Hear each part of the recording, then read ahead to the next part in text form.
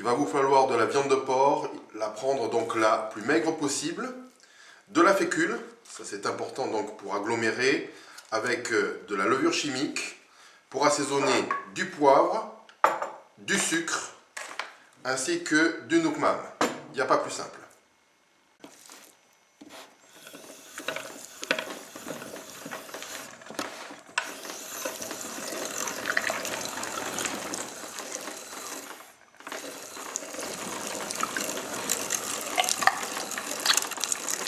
Voilà, on vient de passer la viande au hachoir, mais pour avoir quelque chose de très très fin, on va le passer à présent plusieurs fois.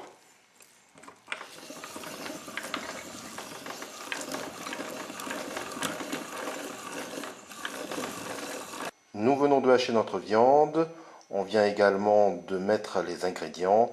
On va pouvoir passer à l'étape suivante, qui est celle du façonnage, du pétrissage, puisque la pâte, la farce, doit être parfaitement homogène. Donc on va la travailler à la cuillère, puis à la main. Maintenant qu'on a mélangé tous les ingrédients, on va pouvoir passer au façonnage de cette mortadelle. Donc vous allez mettre cette farce sur une feuille de papier, du film alimentaire plutôt, et ensuite vous allez donc pouvoir façonner de manière comme si c'était un moule. Vous allez le façonner tranquillement à la manière donc du fameux pâté vietnamien. Voilà.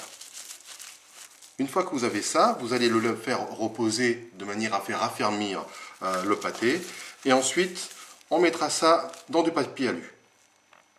On est arrivé à notre forme plus ou moins ronde donc de mortadelle.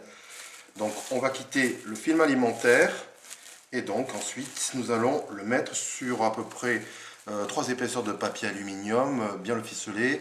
Si vous avez la chance d'en avoir, n'hésitez pas donc à remplacer le papier aluminium par des feuilles de banane. Voilà, donc on a ça à peu près. On va bien donc le fermer. Voilà. Et hop.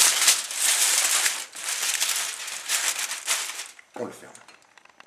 On arrive au dernier stade de notre préparation avec la cuisson. Donc on est parti pour 1 heure. Ça y est, notre mortadelle vietnamienne donc s'est refroidie au bout d'1 heure de cuisson. On peut juger sur pièce, c'est bien ferme. On arrive à une consistance bien homogène. Et on est prêt à consommer. Bon appétit.